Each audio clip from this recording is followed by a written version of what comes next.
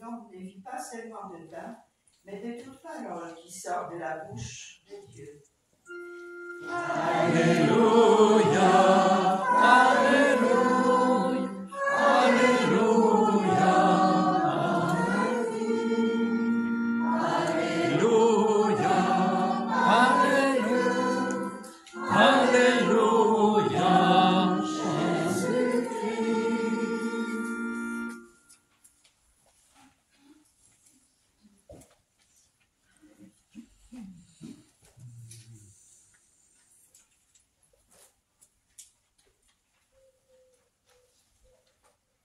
Le Seigneur soit avec vous. Et avec votre esprit. Évangile de Jésus-Christ selon saint Jean. Gloire à toi, Seigneur.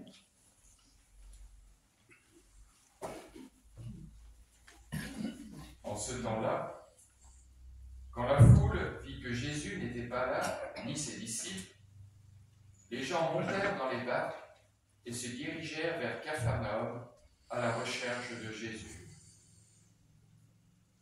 L'ayant trouvé sur l'autre rive, ils lui dirent : « Rabbi, quand es-tu arrivé ici ?» Jésus leur répondit : « Amen, amen, je vous le dis. Vous me cherchez non parce que vous avez vu des signes, mais bien parce que vous avez mangé de ces pains et que vous avez été rassasiés. Travaillez non pas pour la nourriture qui se perd, mais pour la nourriture qui demeure jusque dans la vie éternelle, celle que vous donnera le Fils de l'homme, lui que Dieu le Père a marqué de son sceau. » Ils lui dirent alors : « Que devons-nous faire pour travailler aux œuvres de Dieu ?» Jésus leur répondit : « L'œuvre de Dieu, c'est que vous croyiez en celui qui l'a envoyé. » Ils lui dirent alors : « Quel signe vas-tu accomplir pour que nous puissions le voir et te croire ? Quelle œuvre vas-tu faire ? Au désert, nos pères ont mangé la manne. Comme dit l'Écriture, il leur a donné à manger le pain venu du ciel. » Jésus leur répondit : « Amen, amen, je vous le dis, ce n'est pas Moïse qui vous a donné le pain venu du ciel. C'est mon Père qui vous donne le vrai pain venu du ciel. Car le pain de Dieu, c'est celui qui descend du ciel et qui donne la vie au monde. » Ils lui dirent alors : « Seigneur, donne-nous toujours de ce pain-là. » Jésus leur répondit : « Moi, je suis le pain de la vie. Celui qui vient à moi n'aura jamais faim. Celui qui croit en moi n'aura jamais soif. » Acclamons la parole de Dieu. Louange à toi, Seigneur Jésus.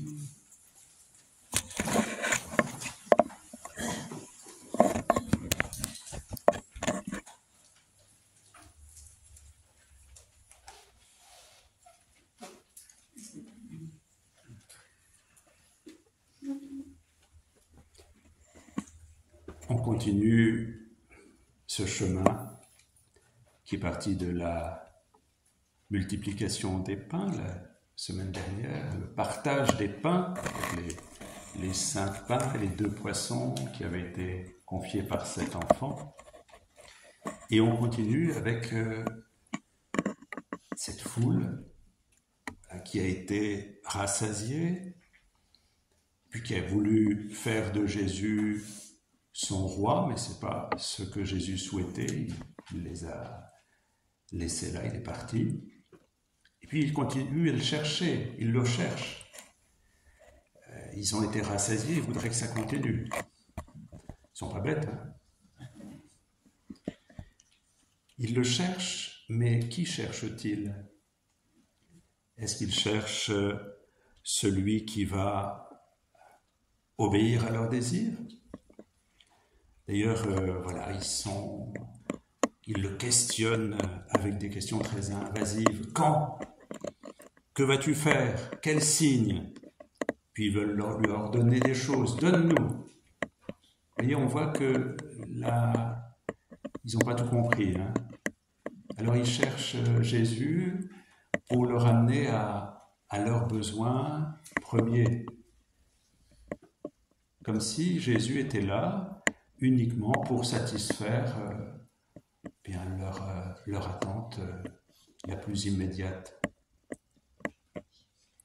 Alors Jésus veut les amener vers autre chose, il veut nous amener vers autre chose aujourd'hui, vers quelque chose de bien plus riche, de bien plus adapté à ce que nous sommes. Il veut nous entraîner vers notre être le plus profond, là où nous pouvons trouver le vrai bonheur. Jésus ne veut pas se contenter de nous rassasier du pain de ce monde, il veut nous rassasier d'un pain tout à fait supérieur, un pain essentiel. C'est de ce pain-là que nous attendons à chaque fois qu'on dit notre Père, ce pain essentiel. Alors, voyons un peu comment il va s'y prendre, parce que c'est pas si simple de passer d'un certain besoin à un vrai désir. Alors, j'ose évoquer une conversation que j'ai eue hier avec Ernest. Nous avons pris un bon temps de partage hier, et je me permets de transmettre quelque chose que tu m'as dit. Voilà, hier Ernest me disait qu'il va bientôt avoir 98 ans, le 20 août. C'est pas vrai? Il va bien avoir 98 ans. Oui. Ernest me disait hier, à midi, on est venu pour me chercher pour le repas. Mais je leur ai dit, mais vous comprenez pas, j'ai 98 ans, c'est d'une autre nourriture que j'attends. Bon, on l'a un peu bousculé pour venir quand même venir déjeuner. Si, vous allez venir manger, c'est l'heure. T'es d'accord? Mais j'ai trouvé ça extraordinaire que hier ils leur disent, mais vous comprenez pas, j'attends autre chose que ce qu'on va me servir à table. C'est totalement en accord avec l'évangile d'aujourd'hui. J'attends autre chose. Qu'est-ce que j'attends? Qu'est-ce que je désire? Qu'est-ce qui peut combler le fond de mon cœur? Par sa parole, aujourd'hui, Jésus nous invite à aller vraiment à descendre dans cet essentiel. On pourrait souhaiter que Jésus soit un grand prestidigitateur, qui va régler tous nos problèmes. Quand on a une panne de voiture, qu'il l'arrange. Quand on a un problème de santé, qu'il le règle tout de suite. Quand on a un problème de chômage, qu'on trouve tout de suite un travail. Et pourquoi pas? Le Seigneur nous donne la force et le désir. Il a le désir qu'on soit heureux. Il a le désir qu'on ait tout ce dont on a besoin. Et il a le désir qu'on partage aussi les uns avec les autres pour permettre que personne ne soit dans la pauvreté, dans la misère, dans le rejet. Bien sûr que ça fait partie du désir de Dieu, que l'on ait tout ce dont on a besoin pour avoir une vie digne et heureuse. Mais si on s'adresse à Dieu uniquement comme un grand distributeur, peut-être qu'on passe à côté de quelque chose d'essentiel. Dans un commentaire, j'ai beaucoup apprécié, je vous le dis avec mes mots, vous voyez le tout petit bébé, quand il se tourne vers sa mère, il se tourne vers le distributeur automatique de lait. Il n'a pas encore compris que sa mère, elle était séparée de lui. Et en fait, il a besoin de lait, alors ça va venir, je crie, ça vient. Il va falloir à un moment qu'il se rende compte que la maman, elle a sa propre identité et qu'il peut rentrer en relation avec elle. Ça va venir petit à petit, la séparation. La séparation positive, dans le sens où il va se rendre compte que sa mère, c'est une autre personne avec qui il est bon de se mettre en relation. Avec Dieu, on peut agir comme ça. Seigneur donne, Seigneur fait, Seigneur agit. Mais en fait, on pourrait même enlever Seigneur, donne, fait, agit. On n'a pas besoin même de mettre Seigneur devant. Il faut que ça vienne. Et le Christ, pendant tout l'Évangile, va nous inviter à rentrer en relation avec lui. À chaque fois qu'il accomplit un miracle, presque dans chaque situation. Vous savez, quand il va, cette femme hémorroïde qui va être guérie de ses pertes de sang, il dit, on rentre en relation? Qui a fait ça? Quand il y a 10 lépreux qui viennent vers lui pour être guéris, purifiés, il y en a un qui revient, bonheur du Christ.